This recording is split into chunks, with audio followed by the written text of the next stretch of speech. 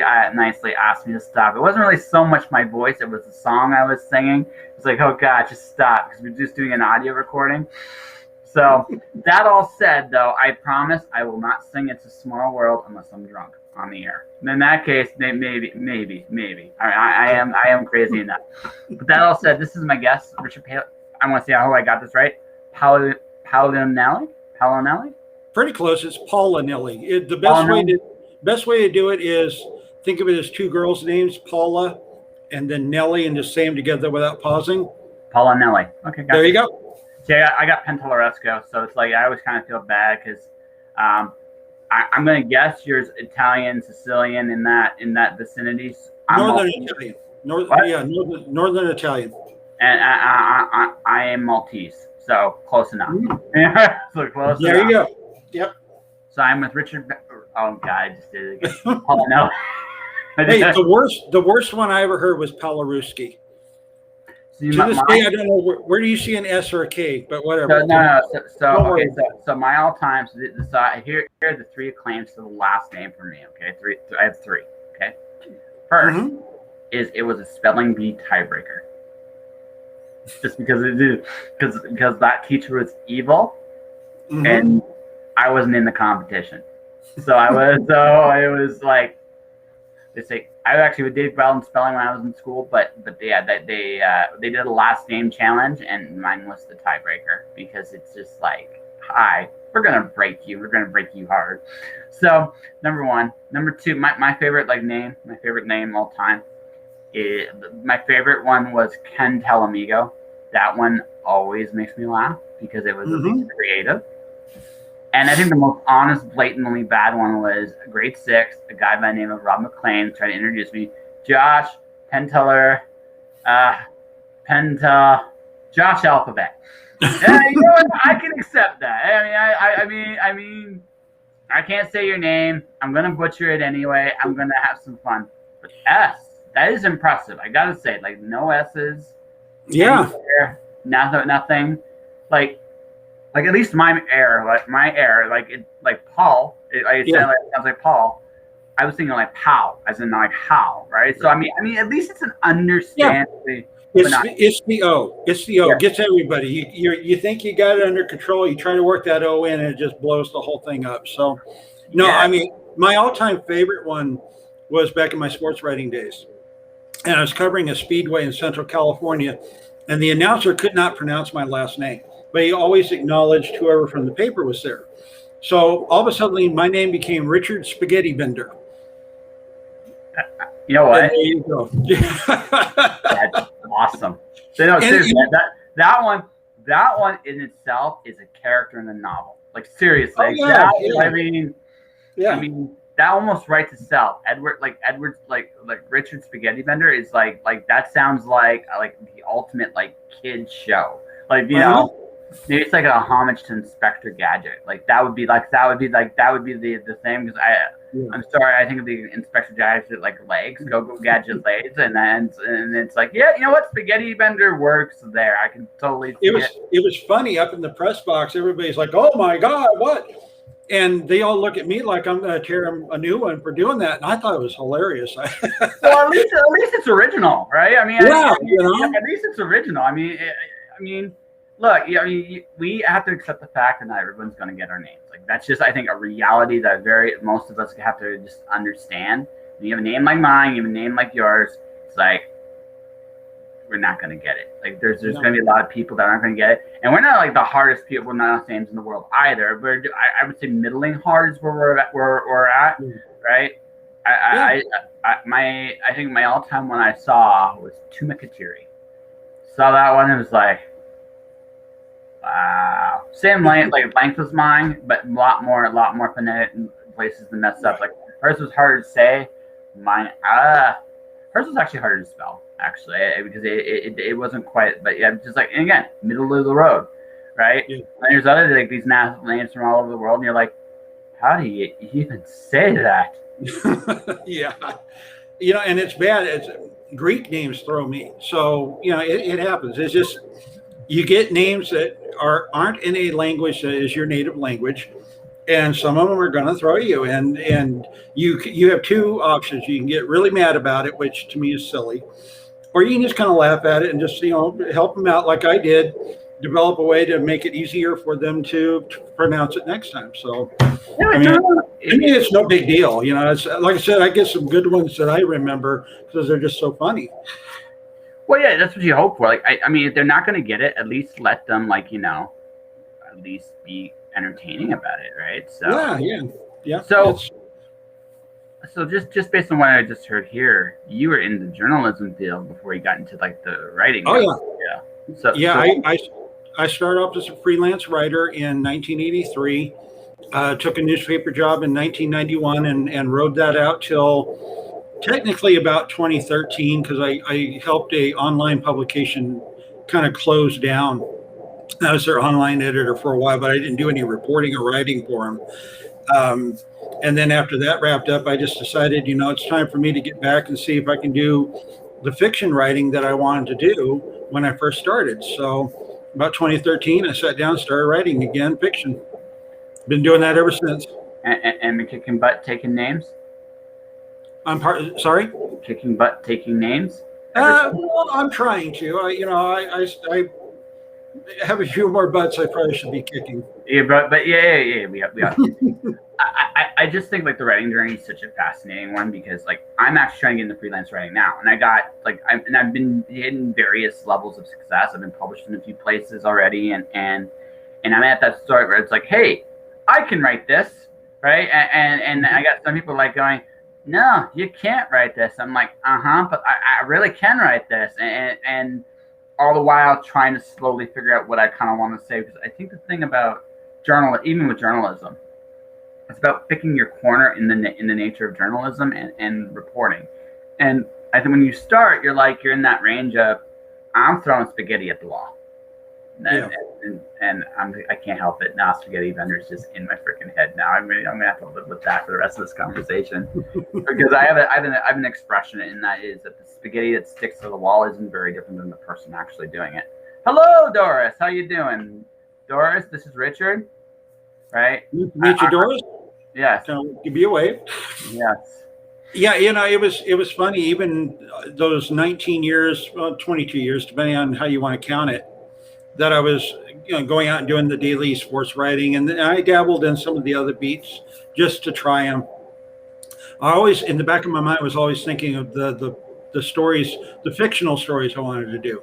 So it's just kind of a natural that when I was finally done staying up till 1 a.m. covering sports, that I had this wealth of material already built up to work with. So I'm right now have caught up with all the stuff that I developed over those years, and now I'm coming up with the stuff that I'm, the new ideas I'm coming up with now. So, a lot of people have asked me, is there a difference between the two? And there is, but at the same time, there isn't. You still have to sit down and gather the information, whether it actually happened or if you're creating it all up here. And you have to present it in a readable fashion that people are going to want to read it and then read the next thing that you write. And so in that, they're very similar. So, it was almost like those years on the newspaper beat kind of helped train me to get me ready to write as a fiction writer now. Well, where they're similar is it's all about turning the page. It's all about reading the next story, right? So, which you said. So, one of the biggest things is hooks.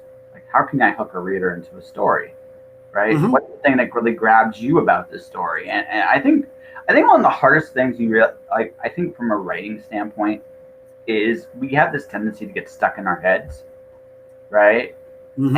And when we get stuck in our heads, we tend to overthink the obvious stuff, and we probably shouldn't, because that happens all the time. And I think one of the things that I've learned is, okay, let's not make this complicated.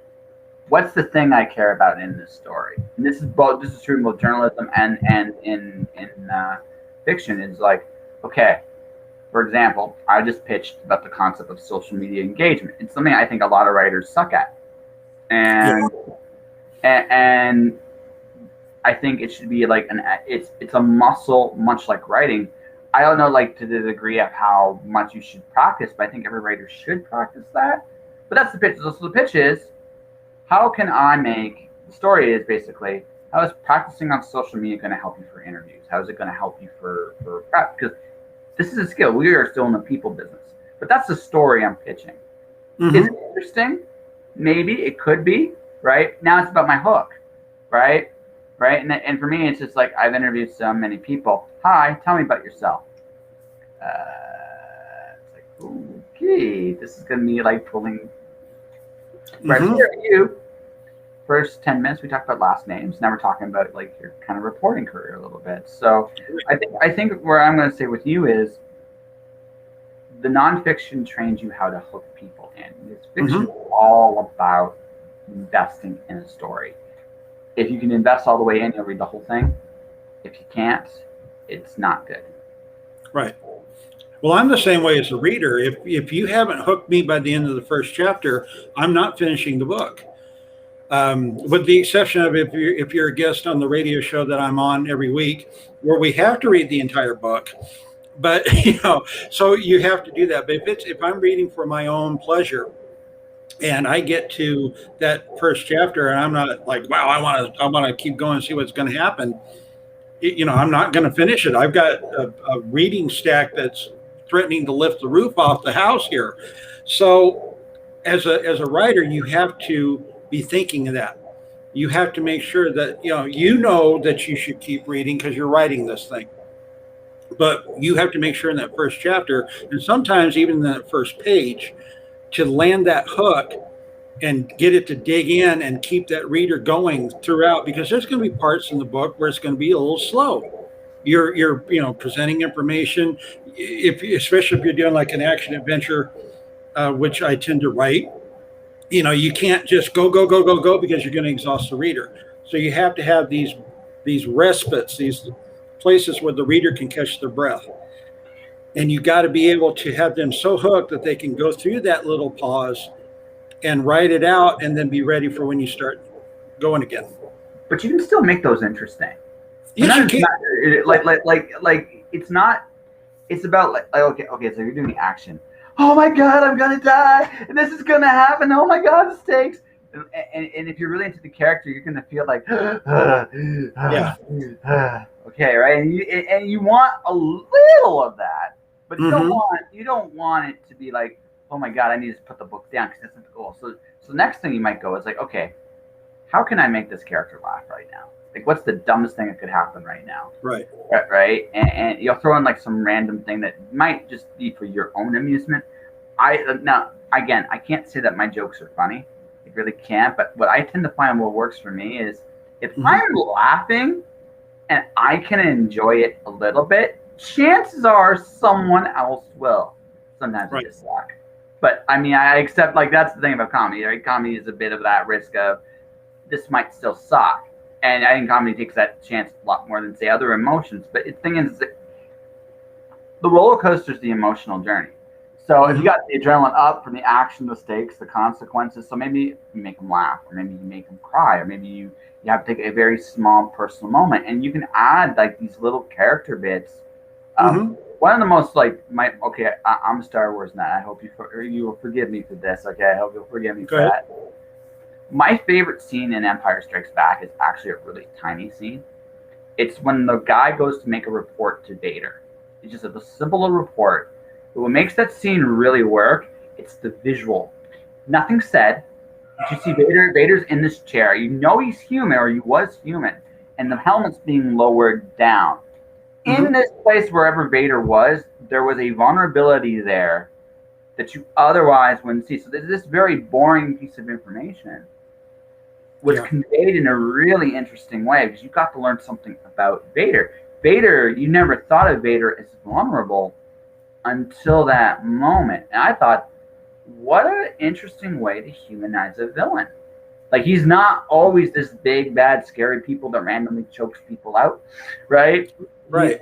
He's a human being with some severe vulnerabilities. And when the troopers came in just doing his job, Vader wasn't really mad. He was surprised. He was vulnerable. He was in a place where he wasn't ready for that. And I thought that was like an ingenious way to convey that information, right? And so now I think about that. So now I have to worry about this. Is sometimes I'm just a lazy prick when I write. So I mean, yeah. So sometimes I have to look back at the quote unquote the mundane parts. I'm like, can I do something interesting with them? Well, it also, if I remember the timing and the way my month has been going, I don't swear to this, but it was also our first glimpse underneath the mask, and and the first clue that something massively bad had happened to him at some point, because I don't think Kenobi had told Luke yet that his father had fallen into the pit, or that Vader was his father.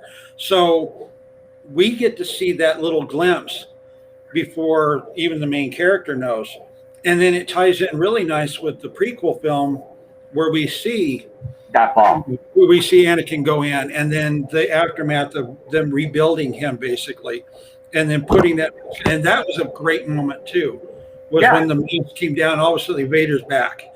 After all these years where Vader had died, and now he's back alive again, and you're all, oh my God! Now it's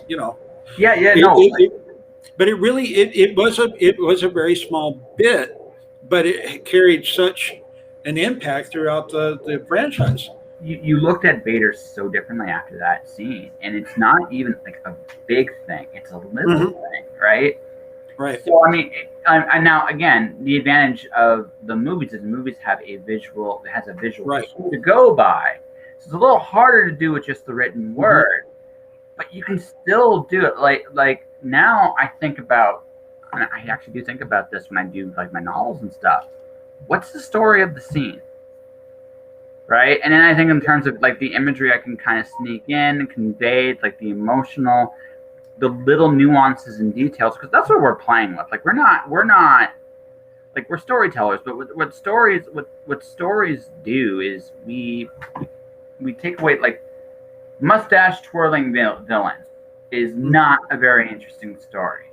No, but how he became the mustache twirling villain can be very interesting. Right?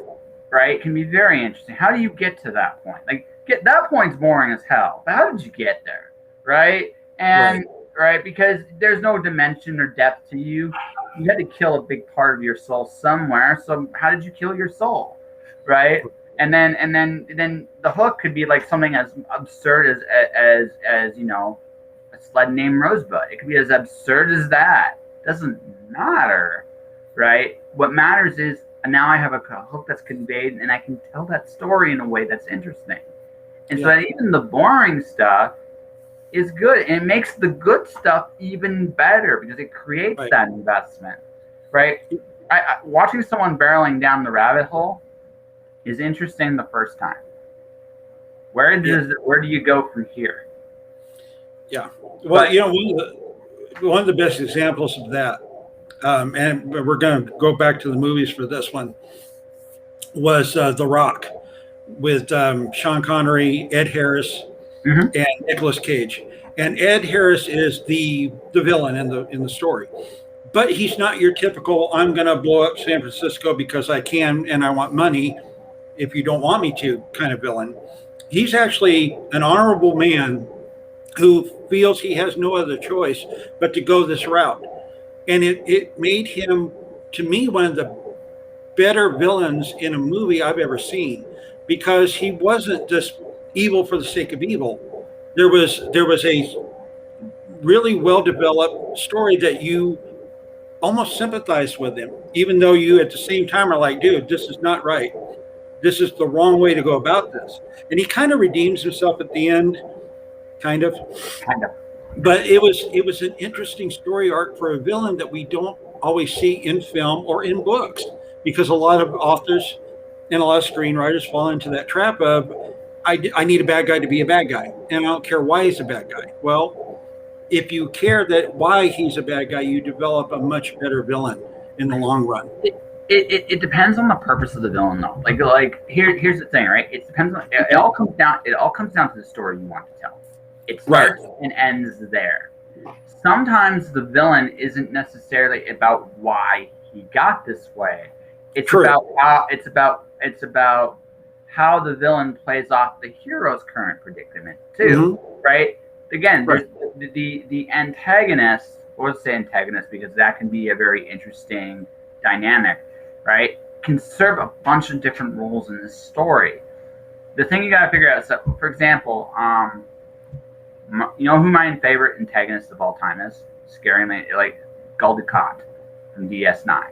I think he's one of the best villains ever made on any format, because the scary thing about Dukat was there are two things about him. One, he was someone you almost liked. Like, he was really, like, you almost liked him. You didn't quite like him. And yes, at the end, like the last season, he's a little bit more of that. And I bring him up because he at the end, he is the mustache twirling villain in a lot of ways. The journey he got there is such a fascinating story in of itself. But what made him terrifying is you recognize the fact that he was this monster the entire time. And the show let you be comfortable with him. He told jokes, he was charismatic, he had like these human qualities to him. But it doesn't change the fact that he was the equivalent of a Nazi dictator on a planet for a very long time. Yeah. Hurt a lot of people. This was mentioned and implied. He was a bad guy the whole time. But what the show did so very well is it let you forget that time to time. So that when it occasionally surfaced, it made him that much more horrifying. The reason he's my favorite is because he's the best kind of villain. He's the kind of villain you don't always see in your face as the villain. He's a guy that you can, like I said, almost like. He's a prick, but he's almost like he's your prick. And then you look at him actually real close. Yeah. Holy shit, you're a monster.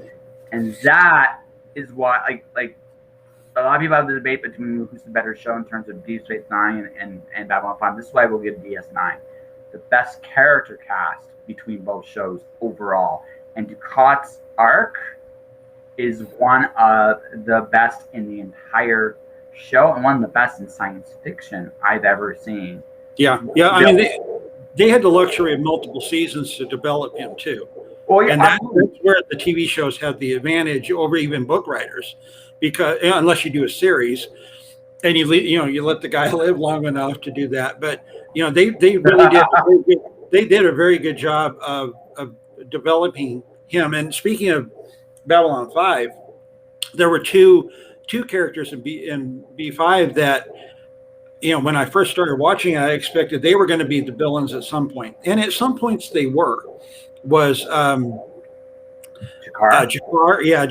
and then Londo. I don't know what happened. Londo was a villain though. And Londo does. Yeah, Londo is actually a villain. The cool thing about Londo Mollari was he ironically became what he feared. Yeah. But the circumstances, he's not. It's like the circumstances before the show ended. He had to become. He's more of a puppet. He's not actually the villain, but he's the face of evil at the end of the series, right. Because of his choices. What makes him kind of heroic is he accepts, when he gets to the end of the series, he accepts everything he has done, and he pays the price willingly. Right, and that's the thing where that's something like it's almost heroic. Again, how he got there certainly wasn't, but when he got to the end, when you realize everything he did, right, he did it almost heroically, almost, right. He's still going to do monstrous things because of the role he's in, but he's not Dukat. Like, he's not Dukat in the sense that he delivered. He's now doing these things because he's trying to justify it in his head that he's a good guy. That's not what he's doing now. Now he's like, how can I best save my people as much as I can from the monster I let into the back and into my door, right? Jakar is actually a good foil for him because very easily Jakar could have gone down that route. What happened with Jakar was he almost had divine intervention, and it changed his whole outlook on everything. In terms of character development, like the characters of that show, Jakar's my favorite arc.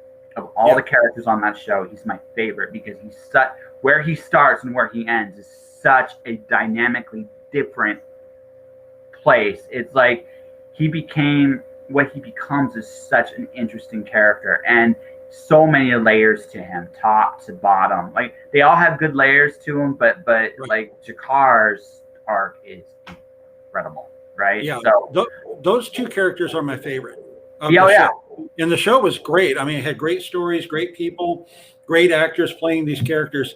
But those two have my two favorite moments for the entire run of the show. For Londo, it's when he finds out that Morden had suckered him into thinking Lord Reva had killed his girl, and he has Reva killed. That's my favorite Londo episode. That is my reaction from Londo afterwards was brilliantly written and even more brilliantly acted. It was just an amazing scene to watch. And I still get a little choked up when I watch it, and I've watched that thing 100 times. Jakar, for me, the moment was after Londo gets all of his people off of Narn, and the Narns are celebrating by tearing everything to shreds. What have I endured? And here comes and they go, you were off on B5. What did you endure? And the man's missing an eye. He's got all this other stuff they just done to him, and his reaction to that was perfect. That would be almost my reaction. It's just like, really? That's the question you're going to ask me? So I'll tell you. Okay, so my favorite Jakar moment is right after he goes through that revelation, or he's in prison with Garibaldi. And in prison in silence, because I get that. Like, personally, I understand the power of what he's talking about there. In those really dark places where it's just you and whatever it is you're facing, you can't hide from yourself. And what Jakar being in jail at that moment in time was a blessing to him. Not really and it was really cool because also it added a layer to Garibaldi that wasn't my favorite relationship. It's one of my favorite relationships in the series as well, because they respected each other, and they never lied to each other, which I think was actually one of the cool things about those two. But his prison scene when there, my favorite Londo scene all time, it's Ty. It's when he finds out that him and Veer are going to be emperor. I thought that scene was incredibly well done. Stephen Furst, Peter Jurasik are great actors, and they did such a wonderful job there.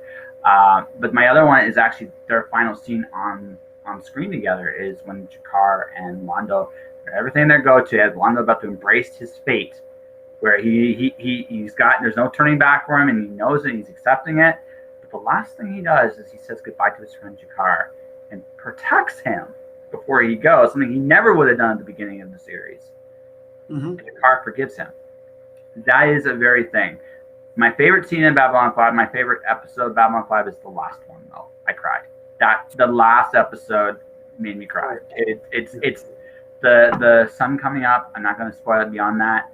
That scene always tears me up every time I see it, because it's a beautiful final image of the show, and it's great.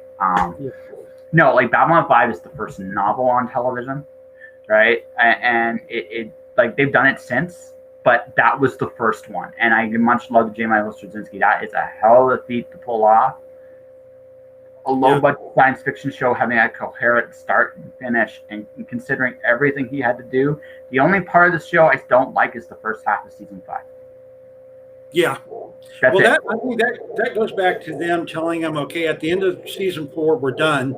So he jams everything he had planned into that season, and then he gets to maybe an episode or two shy of the end of season 4, and they go, "Hey, you know what? We're doing so good. We're going to go for a 5th season." He's like, "What am I going to write?" I put it. TNT bought the rights to it, so yeah, like some of that is that. I actually do. I think the biggest missed opportunity in the series, honestly, was Lockley when season 5, like because you didn't have a lot of the same material in the first half you did.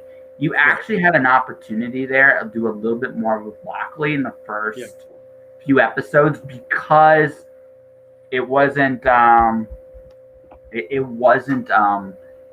it wasn't planned, and it was almost like an opportunity. Now, some of the stuff they did was great, but some of it, like you could definitely tell, it took them towards like the end of the first half, the start of the second half for that season to be really good. They were winding it down anyway, but you could definitely tell they were missing. It wasn't anywhere near as the story beats were nowhere near as dense in season 5 as compared to 3 or 4 at all. And until you got towards the very end of it, and then it was just Londo's fate, which was they've been setting up through the whole series and wrapping everything up, which I thought also was great arcs, great developments for all the characters there. But the first half of season 5 is not the best. It's the worst part of the show, and I didn't think more because it just doesn't have the same story beats all the other parts of it does. So, and somebody maybe knows the answer to this. I asked Straczynski this on Twitter, and then he said, "I've already answered it." And I'm like, "Well, obviously, I haven't heard it." Was how much different would that show have been if? And I can't remember the name of the actor who played the Claudia Christian Sinclair. No, who played Sinclair? Michael O'Hara. Thank you. Okay, so by the end of the first season, Michael was not going to be able to continue. He had some health issues. Understandable why he stepped away. But if he doesn't have those health issues, how much different would Babylon 5 have turned out? So what I know some of it. I know at least some of it. Season 2 would have been a very different beginning because his arc wasn't so important in the first part of season 2. Cautious stuff would have come up around when it started with Sheridan, and you could have put some stuff in there. I think so Babylon 4 would have been very different. Babylon 4, like the way how he resolved that would have been very, very different. But I they were planting seeds for like Sinclair to marry Delenn back in season 1. So that's what I thought. Right? So they were planting seeds on that very early on. I think honestly, to be fair though, I think him not being on the show actually was better without him after the first season. Yeah, because Sheridan coming in, it almost energized that series, and it was a good series in the first year. I really enjoyed it, but it took on this different feel with Sheridan that I don't think would have been there if Sinclair stays. No, and they try to work Sheridan in somehow. The tensions between Sheridan and some of the other cast members were much more interesting. Also, the fact that he wasn't a chosen one exactly. I liked again, and he also was just a little bit more straightforward. I thought right, and that was what made him. That is what made him. I think such an endearing character. He was a lot more straightforward. There was a lot more There was a lot more interesting things. Like he was almost like Captain America on the show, and it's like he almost kind of was, and it's like, so why don't we make Captain America a little bit more 3-dimensional? And that's like over time, Sheridan became this very, very interesting character, like 3-dimensional character. And like I said, the relationships he had with Garibaldi and Delenn in particular, would have been like if Sinclair had been there. I don't think Sinclair and Garibaldi ever fight. I think the fact that Garibaldi and Sheridan were different characters, they could do that with those two, and it was much more interesting. The one I kind of wish had been there the whole way though was Ivanova. I really liked her too. Like she was a really fun. Ivanova's like Claudia Christian's a great actress, and her energy on that show is incredible. And I think them losing her, it did hurt. Like again, I think there was an opportunity to do more with Lockley on the show than what they did. And if they had, like, Tracy Scoggins is a good actress herself, it's just one of those situations where, looking back, you had like 2 or 3 episodes that you wouldn't have had. Otherwise, you could have done some more with her. As is, she's a good character, but not what she could have been. And that's my take on her. Ivanova is the person I wish had been there the whole way. Her arc was so interesting. And it was just like it like you got to see the end of it kind of at the last episode of the series, but yeah, it would have been really interesting to kind of see where that would have gone beyond that. So Babylon 5 aside though, like I see we're both science fiction guys for sure. Oh yeah, definitely both science. I mean, I grew up on. I actually am old enough to claim I have watched an original Star Trek original series episode when it was originally aired for the first time. That's how old I am. So I got started with Star Trek in the 60s, and it just kept going. So what's your favorite sci-fi show? We'll ask that one. Oh, God. Okay, I knew I shouldn't have opened my big fat mouth. It's okay. They all are good in their own way. I'll throw in Doctor Who, Star Trek, The Next Generation, Babylon 5. The rebooted Battlestar Galactica, I have some issues with here and there, but overall it was a good series. I think a little bit better than the original one in many ways. But I think if you put a gun to my head and said, what is your favorite all-time sci-fi show? I'd have to say Babylon 5. And so for me, it's Deep Space Nine. With respect to your choice, I do respect it. But I think Deep Space Nine's top to bottom is the best I've ever seen on a science fiction show. Yes. Right. Yeah. Well, and this is not a knock to Babylon 5. Babylon 5 has great characters, but you have a special show when your guest stars are strong enough characters to actually lead an episode. And it doesn't feel off at all, right? It's like not many shows have that depth of characters in there, right? But so Rom did it, Nog did it, General Martok did it. And he's one of my favorite characters from Deep Space Nine, by the way. Yeah. Like those are 3 guest stars. They're not actually main characters; they're guest stars. Keiko did it for one episode. Like when Keiko was possessed, that was interesting. I thought that was a really cool. That was a really cool take on her. I thought those are 4, and then those are 4 characters that took leads that were guest stars. Vic Fontaine, like he was introduced late, and he still had his moments here and there. And it's like that's an amazing thing to say about a show when you have compelling characters from the very top. I mean, the only character that wasn't compelling at all was Gullikot's daughter, Zial. And honestly, considering how many home runs they hit with characters, right? I mean, you're going to strike out somewhere, right? I mean, it's just like, and this is, again, all due respect. I mean, Bester's a great character. Morton's a great character, right? Kosh is a great character. But you look at what DS9 was able to do with their whole roster. Right. You don't have that with very many shows, and I mean, it's a different show, but again, to me, honestly, with both those shows, it really comes down to what flavor of ice cream you like. If you like vanilla, I'm not going to hold it against you. If you like chocolate, I'm not going to hold it against you. I think the universal consensus is that both of those shows were good. Oh, they're great shows. Yeah. Where Star Trek had an advantage over Babylon 5, and I'm talking Next Generation and Deep Space Nine. They had a little bit better budget to play with, so they had some better special effects, and that makes that a little bit better to watch. With Babylon 5, you got to kind of get past a couple of the special effects that were, they were top notch for the day, but you can still you can still tell it's CGI. With some of the Star Trek special effects, you're like, how did they do that out in space? You're like, dummy, it's CGI. CGI. What are you doing? So yeah, they had a little bit more of an advantage there, but it's like you said, vanilla or chocolate. What's your favorite ice cream? Nobody can talk over either one. Yeah.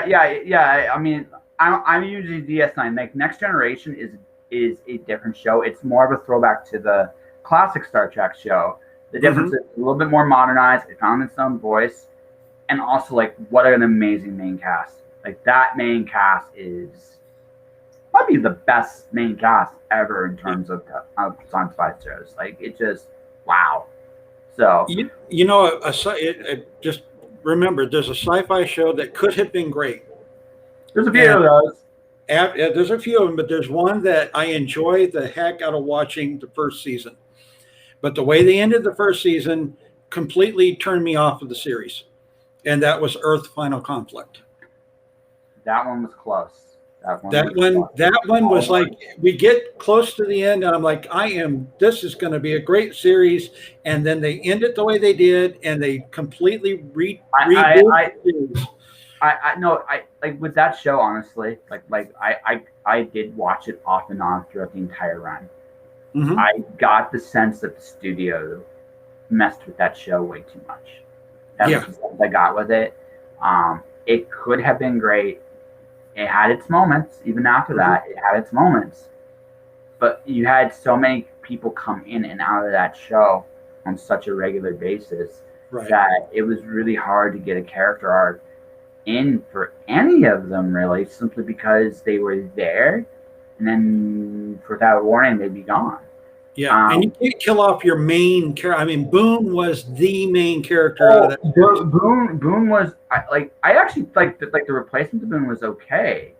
It was just, but the problem was, so they brought Boone back at the end of the series. I watched those 2 episodes just because Boone came back, and I'm like, you brought him back to do that.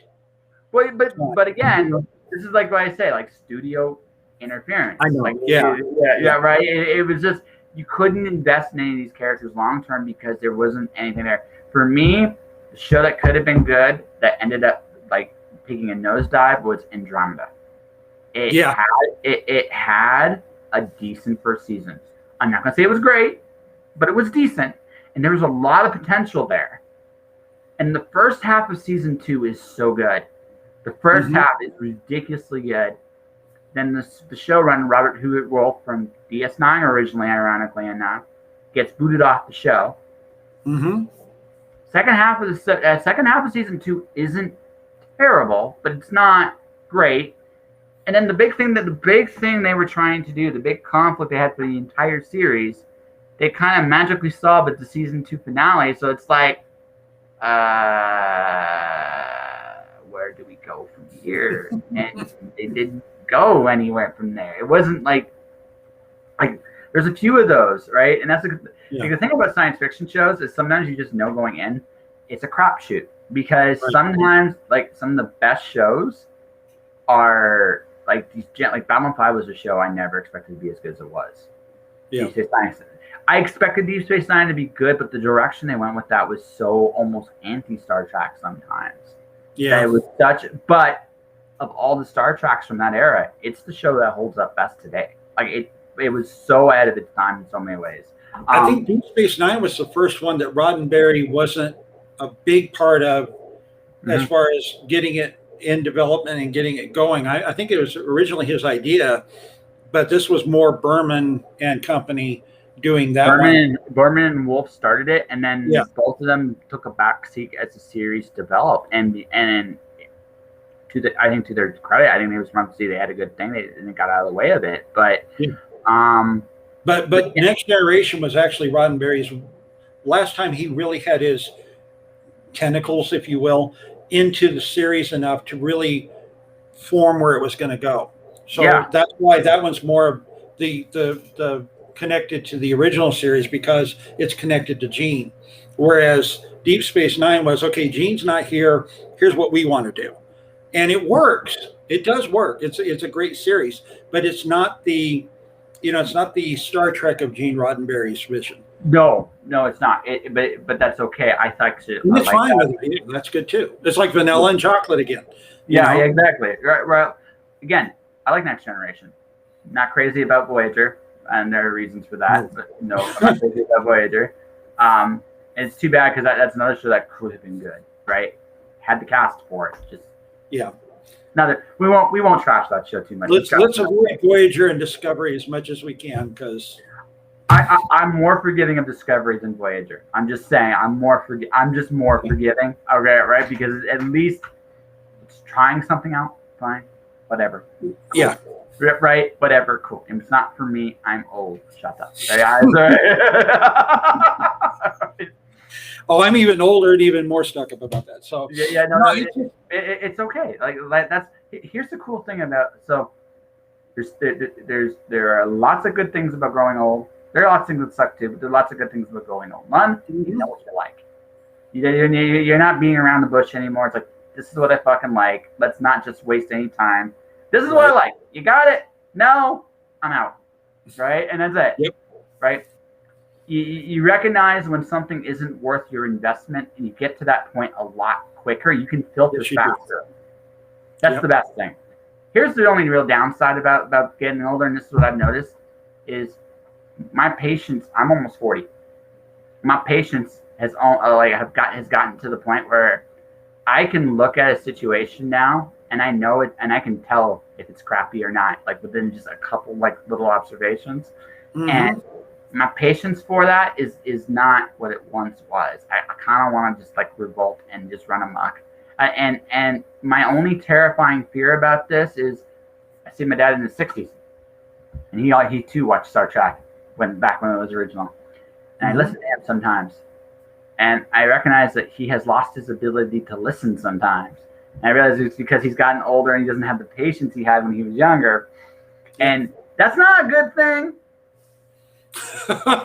Well, Doris. Yeah, I was going to say, wait till you get to your late 50s, early 60s. That you're going to think you had the patience of Solomon in your 40s, based on what you will be when you get. Because it's like somebody will start in, and you've like heard this conversation a million times already.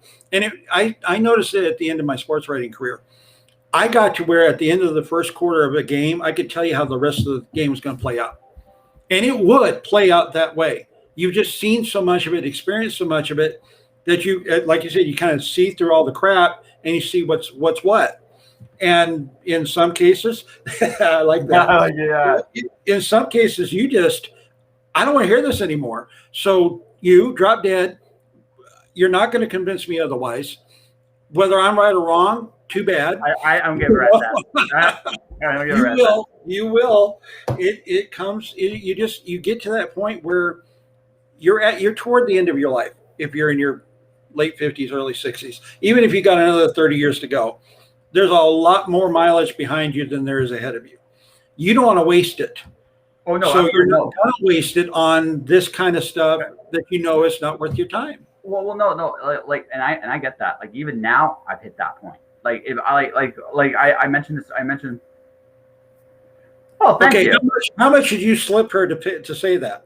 I didn't slip her anything like that, man. Doris, I got 40 if you'll say something nice about me. Nothing. Okay, fine.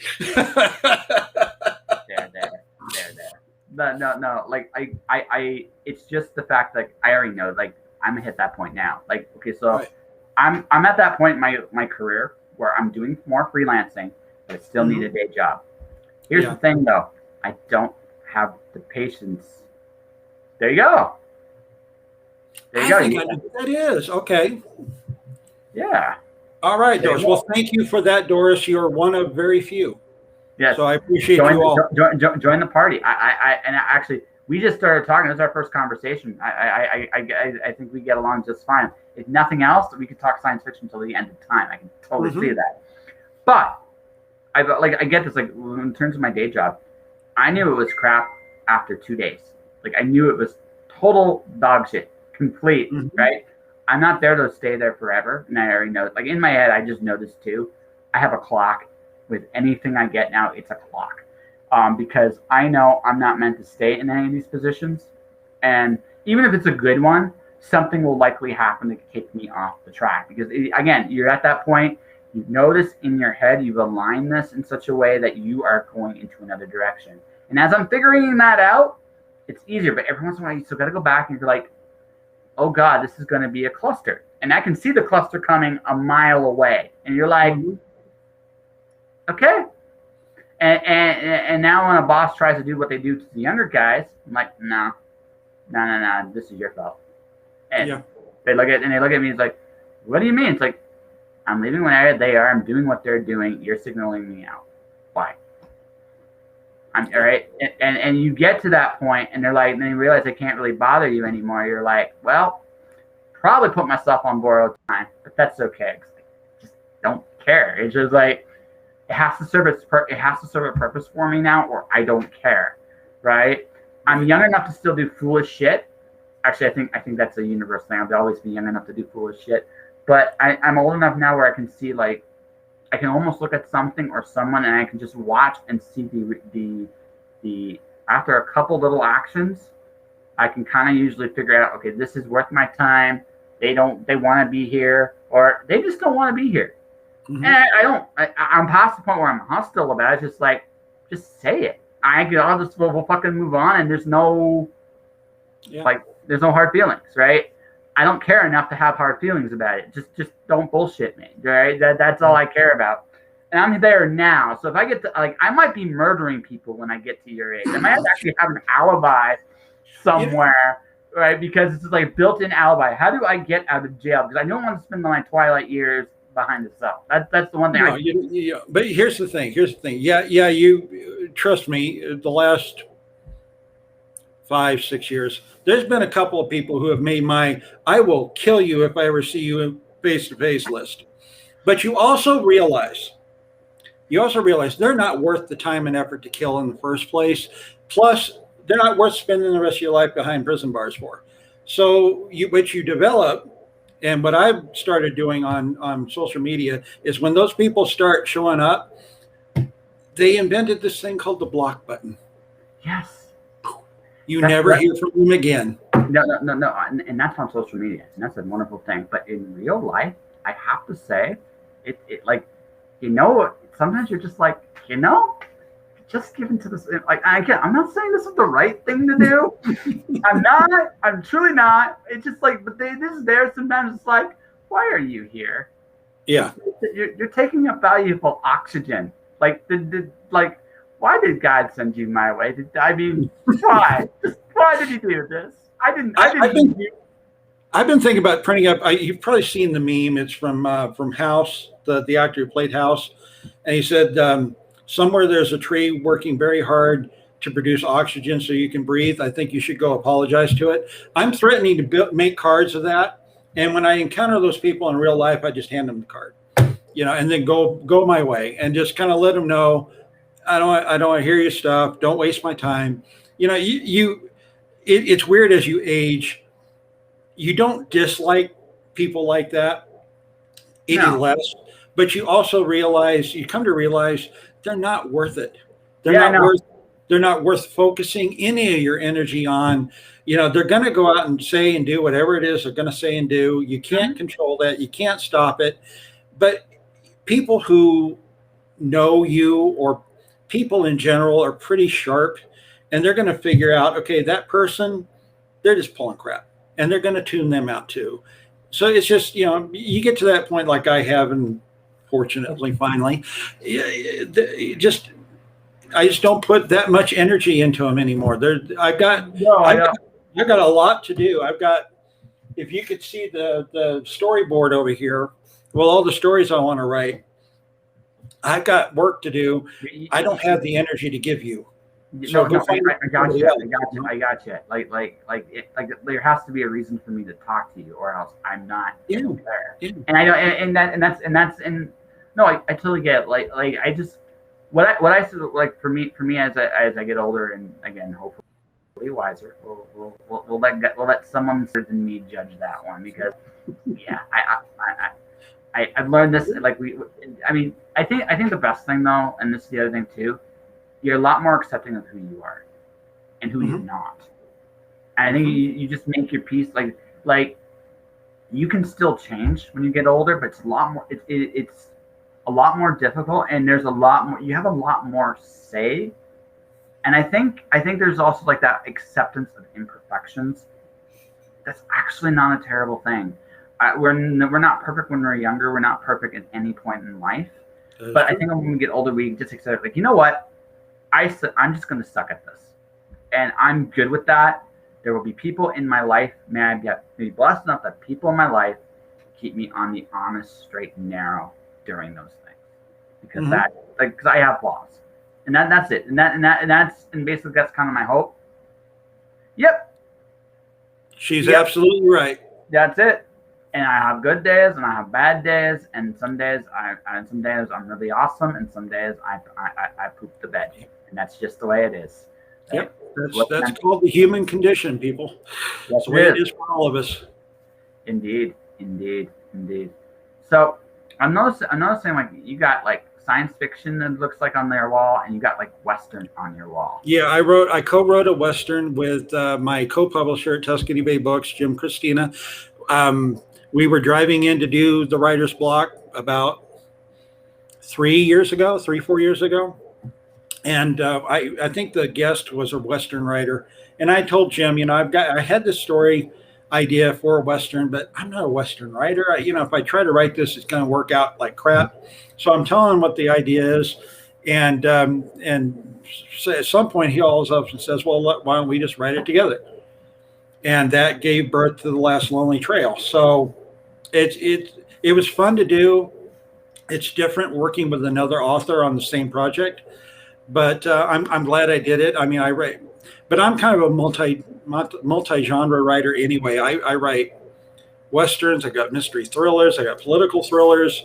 I've got science fiction of all flavors and types that I've written and published. So it's kind of like my newspaper career. I have a primary in newspaper with sports, in fiction writing and sci-fi, but I don't like being chained down to one area. So I will go out and I will do a Western, or I will do the mystery thriller. I've got one that I'm thinking about writing under a pen name because it's completely different than anything I've done. It's like, left field and right field.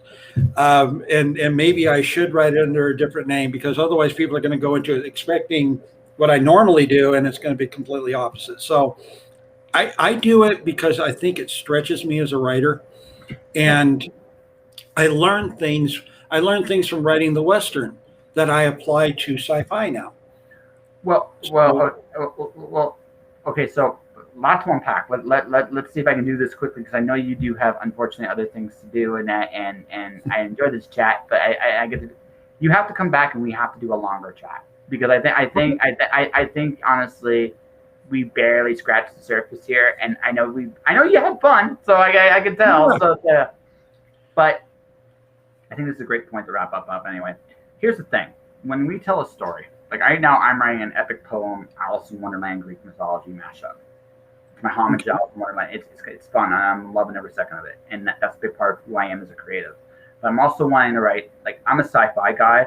My guys in science fiction were Roger Zelazny, Michael. Like, as I've gotten older, Roger Zelazny, Michael Moorcock, right, and like the old school Robert Heinlein. Not the new school, but the old school, where he did the juvenile fiction. I love the short adventure story. They are, I think, amazing, and especially I think in this time.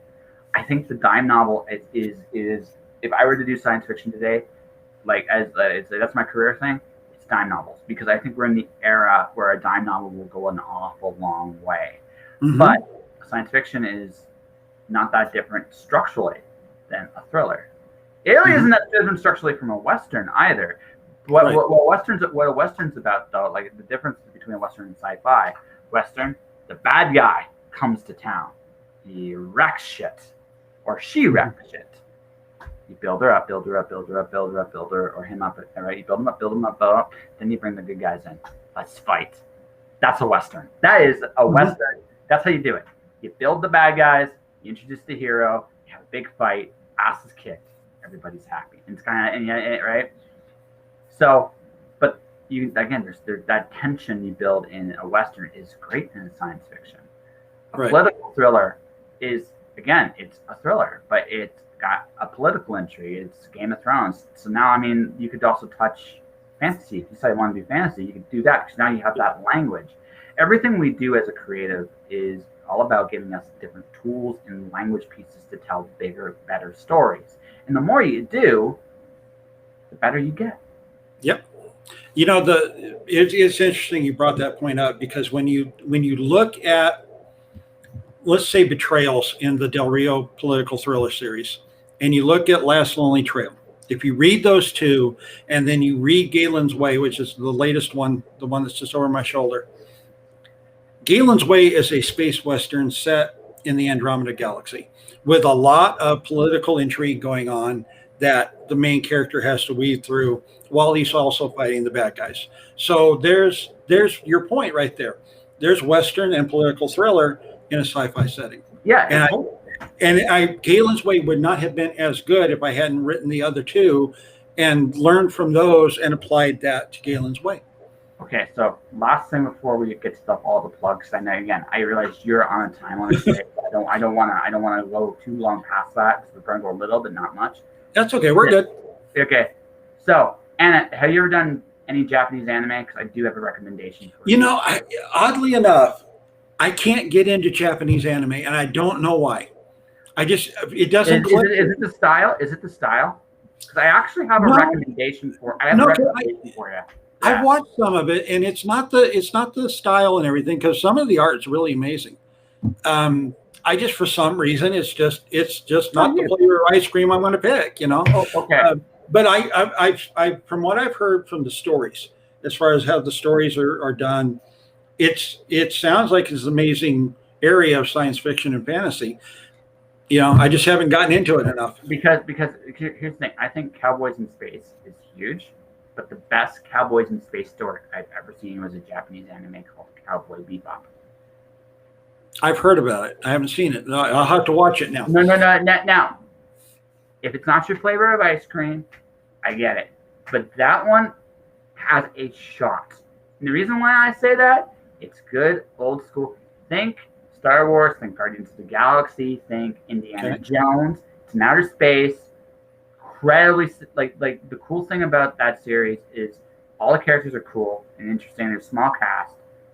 The music is almost like much like Guardians, but way before Guardians of the Galaxy. The music was a big part of the series, and every episode features a different musical style and play, and it works brilliantly. But it's Cowboys in Space or Pirates in Space, and it's right. And I think here's the thing about science fiction. Here's the thing. I don't mind a little bit of hard sci-fi. I think the big thing about hard science fiction, though, hard science fiction tends to get so hard, it forgets it's telling a story. Mm-hmm. Right? Very few authors like Asimov who can do some hard science fiction inside of 2 pages and then go back to the story they're telling. I love that. I don't mind having a science lesson as I'm getting a story, because it adds usually to what I'm seeing. But I still remember trying to read David Byrne's Earth, and when I'm seeing physics equations for how a black hole works, and that's like 3 or 4 pages in the story, it just takes you out of what this is supposed to be. It's cool you can do it. I'm not saying that the science isn't important. What I'm saying is story always comes first. Right. And I think the reason why like Cowboys in Space and Pirates in Space and all that is it doesn't worry so much about the science. It's there.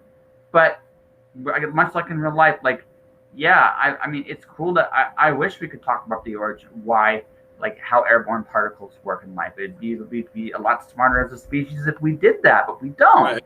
We're more interested in talking about that chick across the street who's hot, that beer I'm drinking, or that ball game I'm watching. And that's human nature. Like that. The how isn't the interesting thing. Why is, not how. And I think that's why I like that kind of science fiction always seems to stick around and resonate with more people. Does that make sense? Yeah. I mean, I employ what we call hand wavium all the time. Yeah. You've got something, and I had a hard sci-fi editor was editing one of my short stories, and he's like, "You have to explain why." And I said, "No, I don't, because it doesn't forward the story. It doesn't matter why this happened. It matters that it happened, and here's what the characters did in response." So if I sit there and blow 2,000 or 3,000 words on explaining why, when this alien species came in and melted every bit of ice on Earth and flooded the whole planet, I don't have to explain how it covered the whole planet. I just have to say they did it, and that's what happened, because it needs to happen for the story to advance. So, it kind of falls under the heading of hand waving. I'm just go with it because I said so. And if you continue, you're going to find out, okay, that made sense. It helps the stories better for not stopping and bogging everything down into breaking it down. Now, this obstacle I care about right now, if you want to science this bad boy up, cool. Because that'll add something to the story I'm telling, right? Right. So I'm going to be evil again. I mentioned some. So my all-time favorites are Mr. Bradbury, Mr. Zelazny, Mr. Murkoch, with a touch of Asimov, and if we're going to go modern, Robert J. Sawyer. Who are your sci-fi guys? Okay. I never read Heinlein when I was growing up, and I'm correcting that oversight recently. But my favorite all time is Jack McDevitt. He's good. I good. haven't read a lot of his stuff, but what I have read, I've been impressed with so far. I love the Alex Benedict series, the way he has played that out. I had the honor of being in an anthology with him, and I've exchanged messages with him, and to me, I fanboy over that.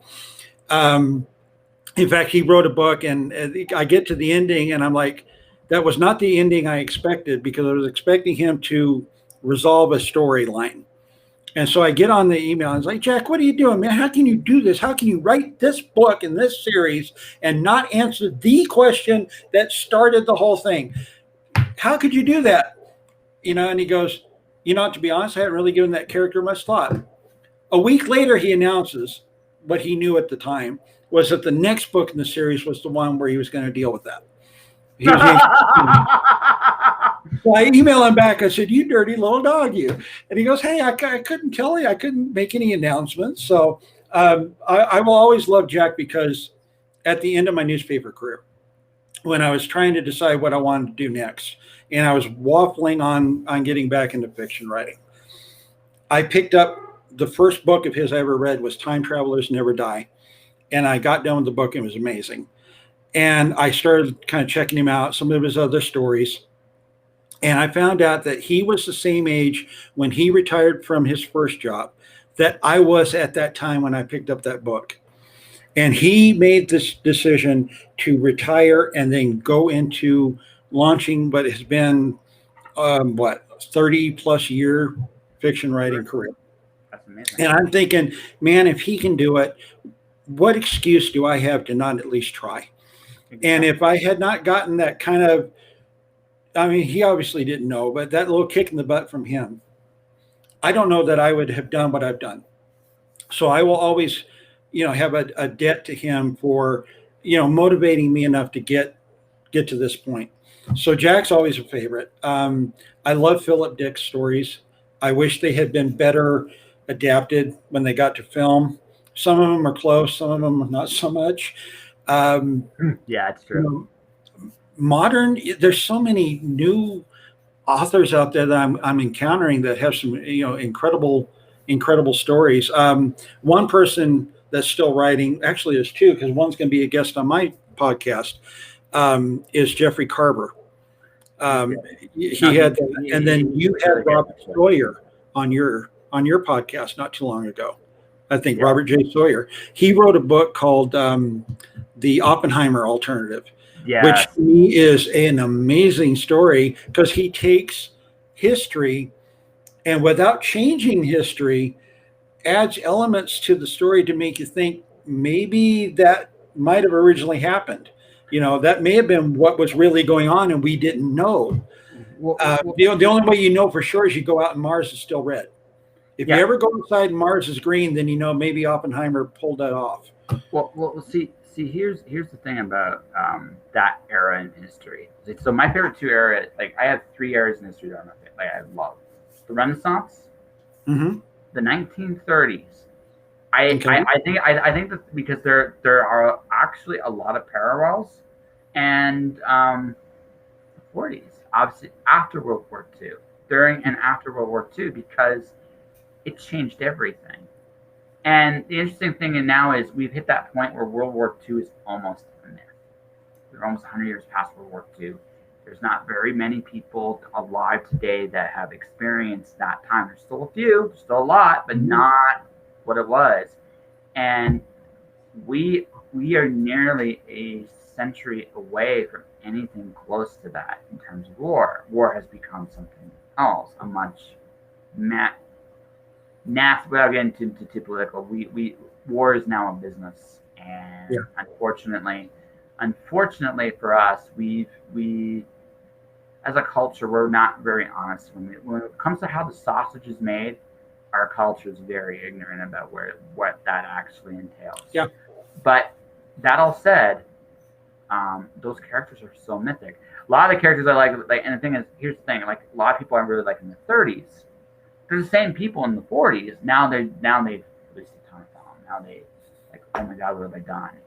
And these are also some of the smartest people on the planet.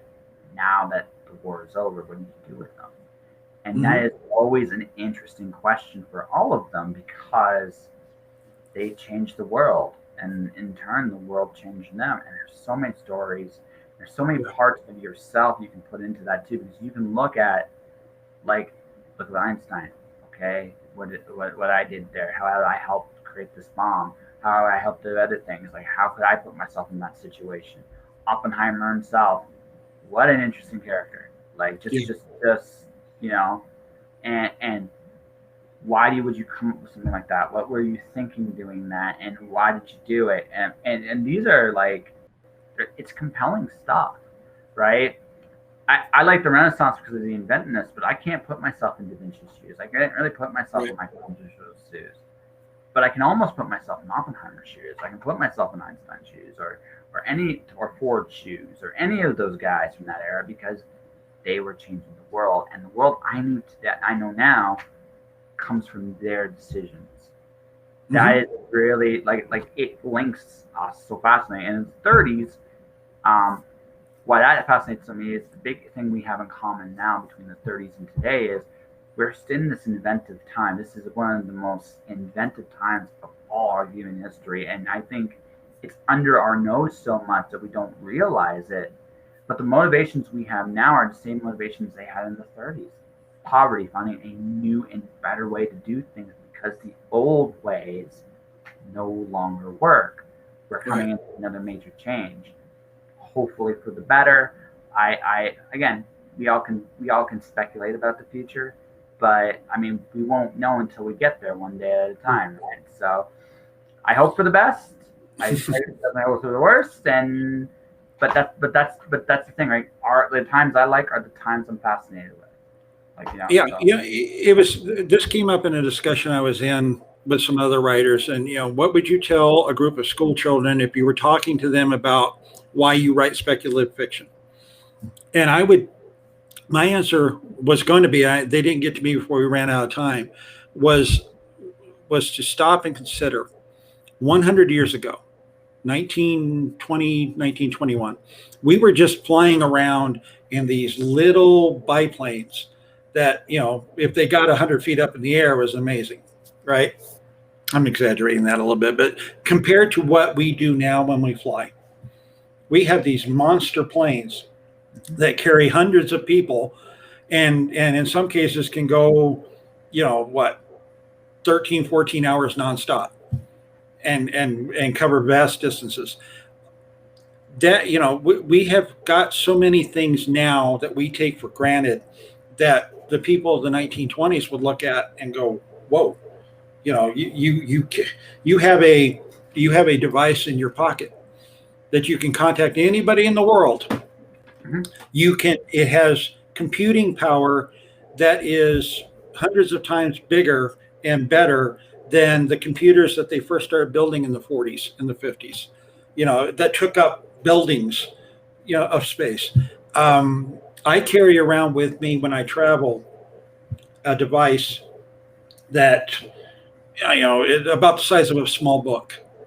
And yet it carries every movie I have in my DVD collection and every bit of data that's on my hard drive, so that I can take my office with me wherever I go.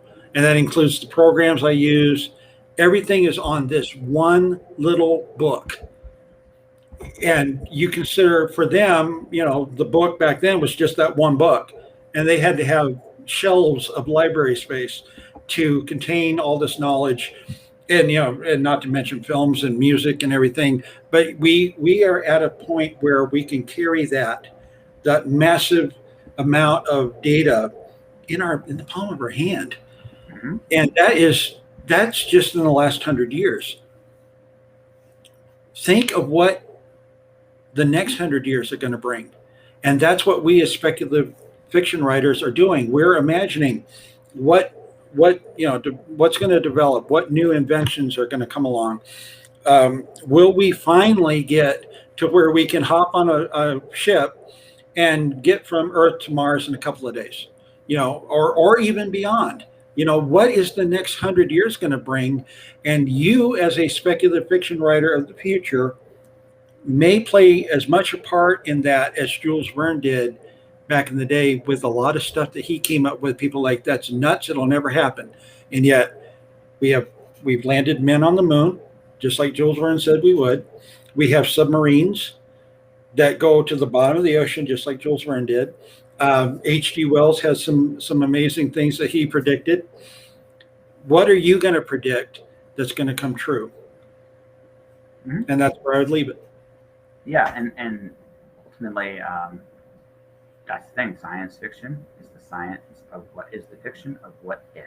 What if this happens? Mm-hmm. And probably the most imaginative of all fictions, if you really sit there and think about it, because we're playing with what if and discovering the course of the future, or just the course of a good story, one little bit at a time. And that's how it's going to make it good. Yep. Well, I get the feeling, like I said, we got to do a longer one somewhere down the road, my friend. I get the feeling we'd enjoy each other's company, either here or in real life, like, whether it's over a beer, right? Oh, mm-hmm. that actually kind of already exists. Yeah, it does exist. Here's the thing, like, this is what I think. This is the big thing that's going to happen, I think, in the future. I'll answer this and we'll wrap up. So here's the thing: archaeology is going to change in the next 50 years because, okay, you and I are not fully recorded on this device, but everybody after our generation does. You can literally look at a person's whole life. Like, I actually wrote one of my first science fiction novels called The Cloud Diver, and it's about the idea of the Matrix meets Indiana Jones. The idea is that the cloud today is going to be our archaeology tomorrow. When we look and examine what a human being was 100 years from now, we can go back. Unlike with the pyramids and all these other points in history, we have complete recordings of people doing stupid stuff all the time. Mm-hmm. Right? And the good, the bad, the peculiarities of our species, the stupid stuff, all of us are guilty of. There are things on the internet, and I'm sure one day we'll come out and be like, "What? I was an idiot," and I was an idiot. So, but and that's all there is to it. I'm not going to apologize. Like, I've done some epic fuck ups in my life, and I'll be the first to admit. Yeah, but we all have. Yes, but that all said, for all of that, for all of those peculiarities, for all of those things that are out there and that exist and do what they're going to do. Like, I think the idea is we're going to have a much clearer picture of who we were. And there's, I think, a great opportunity from the point of view of history to get a better glimpse of the story of who we are in this time, the good, the bad, and the ugly. And telling those stories is going to be much more interesting even in 50 years, let alone 100. Maybe we'll be able to recreate people almost digitally, like giving them the memories and that's not outside the realm of possibility, right? Or God help us if we put so much information in the cloud that it becomes self-aware. It might have already happened. Like, I mean, for all we like, here's the thing, right? Artificial intelligence is a very interesting thing. Like, you can look on the internet. There are some sentient things on the web. There really are. It does exist. So it is. Well, they've got what there's. I keep up on some scientific journals, not as much as I probably should, but I mean, you've got. They're starting to think that they can develop a warp engine. Yep. Okay. There is an experiment where they've actually proven you can travel in time. They just haven't built the hardware to pull it off. There's an interesting theory on how you could create a wormhole and travel from one point in the present to any point in the past or future. Whether or not they can get the math right and actually build it or should build it, that's another matter. So we are getting to things that used to be science fiction, and they're becoming science fact. Well, they've teleported molecules. Yeah, that was the other one. They've done that as well.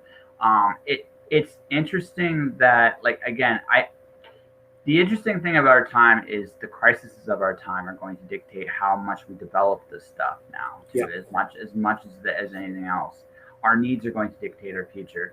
I do some things I hope we never do. Like, time travel is one of those things I look at and go, you know what? It probably is a good idea that doesn't exist. I love writing about it, but I don't want to do it. Yeah, I know.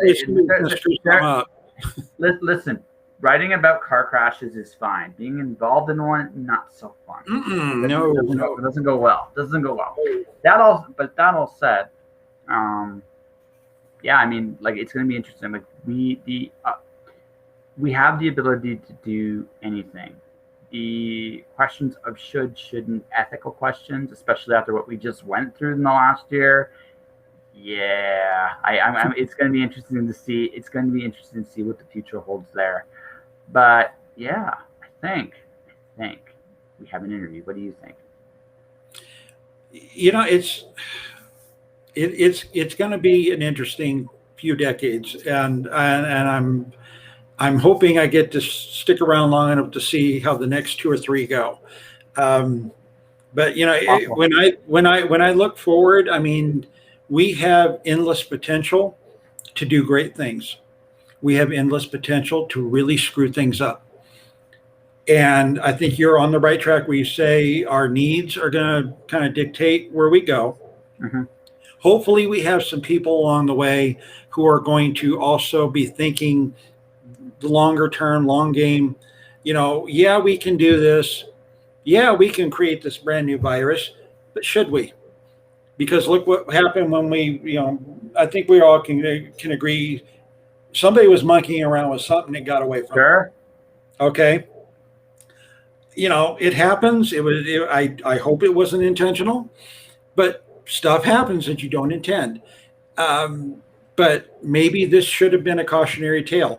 From now on, just because, yeah, we can monkey around with this, maybe we shouldn't, because we don't want to go through this again. And let's learn those lessons this time around instead of doing what human beings like to do. And let's say, okay, yeah, we screwed that up, but if we do it again, we won't screw it up this time. That never happens, and it never ends well. So hopefully we gain some wisdom along with the knowledge that we're going to get these next couple of decades. I think how about we leave the future on this note. Maybe learn the wisdom to question everything, like the scientists. Maybe have the compassion of doctors and how we treat each other. Maybe learn that. And maybe if, like, from a businessman, look at combining those two things with the efficiency of the businessman. Look at our problems as challenges to be solved, and don't try to avoid our issues and our fears. No matter where you stand in terms of the lines of poverty, or like whether you're rich or you're poor. If you're rich, you're afraid of losing your money. Maybe instead of worrying about losing your money, maybe you should just make the world a better place. And if you're poor, you want in climbing up. You know, while you're climbing up, you don't necessarily step on everybody. Like that's when we create a better future. I think like with all change, there's always a price to pay, and I think we are going to be paying that price a little bit in the next 20 years. But possibilities of tomorrow are endless. It's possible, right? And so may we have the wisdom. May we have the wisdom to get the good things and let change. Change is going to come one way or the other. Oh yeah. The question is, are we going to be smart enough to maybe make or change things for the better, or change things to try to keep things the exact same problems we've always had? And that is the battle of the future. I think maybe that's the battle of the future. Well, I just wrote a blog post today, and it deals with a lot of people have been asking me why I'm not commenting on a lot of the issues of the day. And it's because we have, from my point of view, we've got to a point where we don't listen anymore. We just don't. We are so busy shouting our quote unquote truth. And I just like that term. There is no our truth, your truth, my truth. There is the truth. But we need to get to where we listen to what the other person is saying instead of just shouting them down or trying to destroy them so that they can't say what they want to say. Listen to what the other is saying and maybe see if they have a point. And if they don't have a point, if they're that wrong, calmly try to explain to them why you think they're wrong, and then hope that they listen. Because right now we're not doing that. Right now we're just shouting. And it's like there's a line from the movie that I quote, the Illusionist. And it's, he goes, 1,000 voices screaming to be heard and nothing gets done. And that's where we're at right now. We're screaming and screaming and screaming and screaming, and nothing is getting solved. So maybe the one thing to add to that is that we gain the ability to finally listen and apply what we hear. And also maybe ask this question: 1,000 voices screaming and nothing is getting done. Who benefits from that? Yeah. Because that will tell you more about our problems and also our solutions. It's also why I just try to be kind in this time more than anything else. I have my opinions, sure, and everybody does. But that all said, I'm also looking around and I'm kind of seeing what's going on, and I look at it. It's like I can honestly say this: I don't think we've done a really much right since March 2020, and I feel that we're going to be going down this path until people. I had a conversation about a week ago, and the question I think we've all have to kind of come to is: have we not suffered enough? It's a very powerful question, but I think the reason nothing gets done is, again, we don't think in those terms. We think in terms of my voice matters. It does. You have a voice that's unique, but if you're just fighting other people, you're wasting your voice. It's much better. It's much better to, if I know I'm not going to change your mind, then I'm going to try to create a place where you can speak it at the very least, because that's a much better place than like, hey, and maybe when you're speaking, right, and maybe when you're speaking, you're also able to listen as well, because you now have in a place where you can do that. You can have a big voice or you can have a lot to say, but no one's going to hear it if you're involved in burning down a business or storming a government building or blocking traffic and shouting, because the people that you are engaging in those situations, they don't want to hear what you have to say. There's a bookstore in Minneapolis. The owner of the store had been there for decades, had helped the community for all that time, and they burned his store down to the ground. There's nothing left. All those books, all the stuff that he devoted his life to was gone. What purpose did that serve? How did that change? How did that fix? What did it do other than make people like me look at that and go, the people who did that, I don't want to listen to them. If they are going to destroy a man's life who had done no one harm, then that's not the kind of person I want to hear from. I want to hear from people who have solutions to problems, not create more and not hurt other people just because they're upset about, and whether, there's a lot of legitimate concerns on both sides. And I mentioned that in the blog post today. People have legitimate complaints and concerns and grievances that they should air. But the way it's being aired this last year and a half is doing nobody any good. And it comes back to our point. We need to stop and listen and figure out a way to find that common ground that will allow us to find the solutions to make these problems either go away or fix them or address them so that everybody can live with it. But if we're not listening, it's never going to happen. So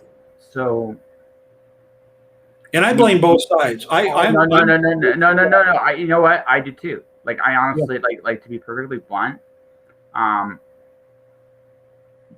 Okay, so but I've gone even, like, in my opinion, I've gone a little past that, and this is what I look at too. Here's the thing: if we're fighting each other, we're letting other things happen. It's so. At this point, I'm not even, the first thing I want to do before I even get to the point of listening to other people and listening to their grievances and concerns, I'm much more interested in going after the people who are benefiting from division. Because there's an old saying, united we can do anything, but divided we do nothing. So there are people that benefit, and here's the thing. I look at media, modern media, and I'm looking at the role they've played in dividing people up. It's something that's been going on well before this, but I look at this time and it's like this has been really emphasized in this time. Modern media doesn't really serve the purpose it's supposed to. That's true. Right? So before maybe we even get to that point, maybe we need to go to our media and go, hey, listen, shut up. Yeah. Stop. And right? I'm a former member of said media, and I saw this develop before I left, that my colleagues, and it's only gotten worse since, have forgotten what journalism is supposed to be.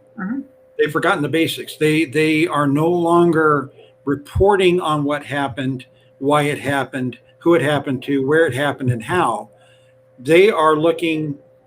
I mean, I can't tell you how many meetings I was in where the managing editor would go, okay, what kind of stories do we have? They presented one. He goes, okay, but I want you to put this slant on it. Before the reporter's even gone out and even found out any information, he's already decided how the story is going to be presented. And that's only gotten worse. I mean, the modern media have a narrative that they want to throw out there. And this applies to all of them. So don't anybody jump on me about, picking on one side or another. They all do this, and it's all wrong. We need honest reporting. We need the correct information. And like you said, there's people that are invested in keeping us divided and keeping everything in turmoil. And those are the people we need to deal with first so that we can deal with all these other issues. Because I don't know if we're going to get there, though. I'm kind of a pessimist. Well, no. So this is how I see it. This is how I see it. This is not my first quote unquote crisis in my time. I actually dread the fact that we refer to our essential workers as heroes, because the last heroes that we referred to as heroes, we ended up villainizing this time around. Policemen were our heroes in 9/11. Look where they are now. Right? All right. I mean, and so what I'm thinking, this is just me, there's going to be another crisis. We have an integrity and a transparency issue, not just in the United States, but worldwide. That's the real problem. Until we actually have transparency and integrity, and a lot of people will say, well, go up the river. It's like, well, this is what's going to happen.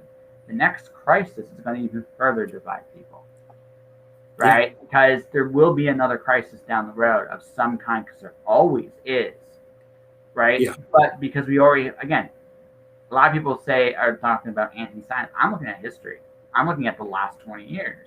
I'm looking at how the narrative has gone and where the narrative is going as it stands. People are going to listen even less do even less, be in smaller, more divisive circles. Here's the thing. Mm-hmm. If you're in a smaller, more divisive circle, you can still impact change. You can't completely shut that down, but the chances of you making a change that's going to have a broad impact for the better lessen significantly, right? If everything is fractured. Now, there comes a point where everything breaks. It's so fractured it breaks, and it could go that way. It is possible. It right? could. Right? And if it goes that way, then we're not doing time travel. We're not going in outer space. We're going to going. We're going. One of my least favorite Einstein quotes. I don't know the weapons of World War III, but I do know the weapons of World War IV. And that's sticks and stones. That was a quote he said because that will be where that goes. The truth of the matter is, ladies and gentlemen, if we don't get transparency and integrity back in government, in media, in these places that should be servicing us to begin with, all that's going to happen is that places are going to be more divided, not less. And the people that benefit are the people that always benefit. That's the way it's been for as long as I've been alive. Yeah. Yeah, I fully agree with you, and I've been around a little bit longer, and you talked earlier about your two favorite eras in history. Mine are the era around 1776 and the Civil War, and I see a lot of things happening today that, in a way, happened back before the Civil War, where we're fracturing as a country over a lot of issues. And at some point, somebody's going to light the damn match, is what I fear. And this time around, it's going to be worse because we've gotten really good at killing people with the weapons we've developed. And if we keep doing like you say, we get into these little bubbles and we're not listening to anybody around us, it's just going to feed on itself until it hits that pressure point. And it's going to blow. And I don't want to be around when that happens. I hope that is far enough in the future where if it's going to happen, I don't want to be here to see it because it's going to be a mess. I mean, here's the thing, right? Right now, there's an opportunity for this, right? An opportunity to change that course now. Why? The reason you're seeing the burning of things and the backlash is there's a lot of people that feel they don't have it, that they haven't been heard. I'm not justifying it. Right. No, I'm with you on that. Yeah. Yeah. So why are these people not feeling like they're heard? Is it because they're caught in their ways and they don't want to change? Some of that's for sure true.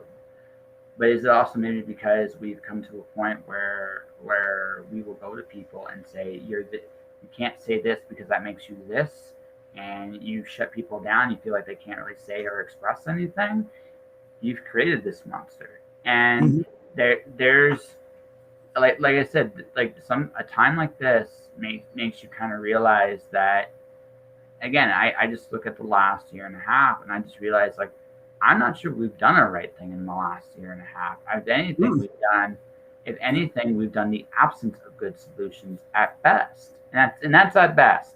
And that's so, again, if I were to look at it, and I recognize something too, is our countries today don't have any integrity, which is terrifying because, I mean, if you want, again, this is just my opinion what the problems are.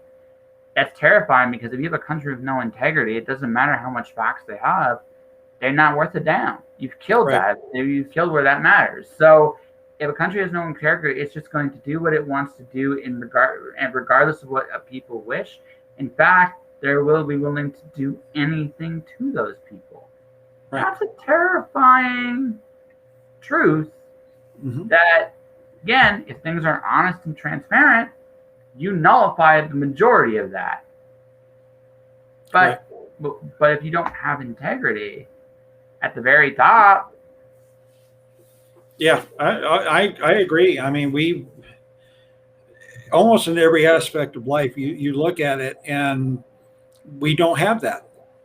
You know, we have people who are doing things, you know, it's the old do as I say, not as I do. And we see example after example. throughout, government and business and almost everywhere. Everything. You find an honest man and it's a shock. Mhm. And that's not how it's supposed to be. It's supposed to be the other way around, and I'm not going to sit here and claim that I have all the answers to all the No. problems. Nobody does. I just know that what we're doing now isn't going to work because I study history and I see so many parallels. You say what you want about the South. They had some legitimate gripes about what the North was doing. And the North has some legitimate gripes about the South, what the South was doing. Slavery being number one. Why they thought it was a great idea to found the country and still let half of it have slaves, I don't know. I think they did it. It was one of those expediency things where we got to get independence first, and then we'll work on them and see if we can get rid of slavery. So, Understandable. Do you want to hear? There's a good book out called "The Energy of Slaves," written by a guy in Calgary, and his take on the Civil War I thought was really interesting because what he thought the Civil War was ultimately about, in some ways, was about technology versus slave power. Like the idea, like the fact of the matter is, like this light bulb I have up here is a marvelous thing. This light bulb enables me to have hot water, enables me to do a lot of things here that most other points in history only the extremely wealthy could do. If you were to look at wealth as we see it from like a point of view of history, this is almost the wealthiest time in history. It's not maybe right. So this idea is but that Civil War was the turning point of that because of how you do it. Here's the question: did you do it through manpower or did you do it through machinery? And that was his theory behind the Civil War. But the war North and South were ultimately fighting about, South had slaves. So how many slaves it takes to change a light bulb? There's the inner kernel of truth of that is energy that people use. This is why people work for one boss. One guy can accomplish so much. It's the energy of everybody underneath that makes that possible. So that's the concept that the South had back with slavery. Good, bad, or indifferent, that's the concept they had. And the North had developed machinery and other technology and wanted to progress in the future. So what the Civil War conflict was about, in one sense, was technology versus manpower. Right. So I think that theory is very sound. And the reason why, if from that perspective, you can understand why they brought slavery into the country. Because it was about power, not power over people, but the light bulb, hot water, like those things. And and a lot of people don't like our systems of how the world works ultimately all come down to our power sources. One of the reasons the world is changing or has to change is because the oil boom we've had has been gradually coming to an end. We can still do a lot still for a while, but inevitably speaking, we're going to have to go to a new resource because we can't keep expending it like we have. The problems of today, that is the problem. So what do we tap into tomorrow? In the old days, there were a lot of these cool ideas that were being developed that were shut down. Maybe we go back to some of those old ideas. Yeah, like nuclear power, we might want to go back to that one. But there were other, like lots of people were coming up with stuff too back then too. Some of it was shut down, but you get the point. Yeah. Right. We've come to this point, and then also the other part of that too is the same people that have been benefiting from this stuff that got there first way back in the day. Right. Same people in charge now. Yeah. They're not going to want to change. And that's one of the similarities. The other one I see is the fact that as time progressed from 1776 to 1860, the two sides got entrenched and convinced that the other side was just a bunch of dirty dealing, double crossing dogs not worthy of talking to, so they stopped listening until the point where finally somebody lit the match and off we go. It just that's the biggest thing I see as far as a similarity is that as time progressed, the two sides got further apart and stopped talking. and stop listening. And we're doing that now, and we're doing it all over again. And we don't have to go that way. But I don't know if people are going to realize that there are two paths forward. One's not good. We need to go this way. And that's up to everybody individually. Are you going to listen? I mean, I jokingly said I'm set in my ways at my age, but I still listen, and I can still understand why somebody might be mad enough to go burn down a bookstore. I don't condone what they did, but I can understand why they would get to that point where they think that's what I got to do to make things better. I've got to do this. And the same on the other side. It was an idiotic thing to do on January 6th to go charge Congress. You weren't going to accomplish anything but just make things worse for yourself. But I can understand why they got to that point. In their mind, there was a great wrong and nobody was listening. That's all we got to do. Just listen. You don't have to agree. You don't have to say, yeah, everything you did was great. You can say, hey, I get your point, but you really still shouldn't have done that. You can still do all that. And it to me, it doesn't seem like it's that hard of a thing to do, but I don't know. Speaking of getting yelled at, if I don't leave in 2 minutes, I'm going to get yelled at. Well, okay, all right. So before you get yelled at, so first off, like I said, I get the feeling we gotta do a longer one sometime. I think you enjoyed this a lot. I did too. I certainly did. But second, plug your stuff. So what's out? How can people find you? Well, the latest book is Galen's Way. It is the first official book in the Grand Star Quest saga that is a multi-author space opera, epic, whatever big word you want to throw in. John C. Wright created this as things just happened to work out. I got my book out first, but John's got 4 that are coming out either end of this year or first of next year. I know of 2 other authors who are writing in it. It is this incredible universe, and you can find out more about it by going to my website, which is www.scifiscribe.com. Everything about me, what I've written, what I'm up to, what I'm doing, you can find on that website. It's built to be, as informative as it can be. You can buy my books directly from me, or there's links to order the books. A lot of my books are now available in hardcover. Not through Amazon. You got to go through a printing company called Lulu that I really enjoy working with because they don't give me all the crap Amazon does. Thing. But you can order the books directly from me, and you can also order the books and say, hey, dummy, I want your signature on one, so I will have it shipped to me first. I will sign it for you, and I'll send it on to you. All that's there on that one website. All right. This is, oh, God. Richard Paolinelli. Did I get it? You got it. This is Richard. We had a heck of a conversation here about everything from Babylon 5 to like the future and the best and the worst. I hope you guys enjoyed this bad boy. I got another great guest tomorrow. If you guys liked what you heard, hit the like and subscribe button on Twitch. I'm on YouTube as well, Joshua Pantellaresco. Hit the like and subscribe button there. My book, Alice Zero, is nominated for the Elgin Award this year. My sequel, Alice 1, comes out November 1st. All right, guys. That was it for tonight. Stay inspired, keep shining in the dark, and I'll see you guys next time. Bye, everybody. Thanks, Josh.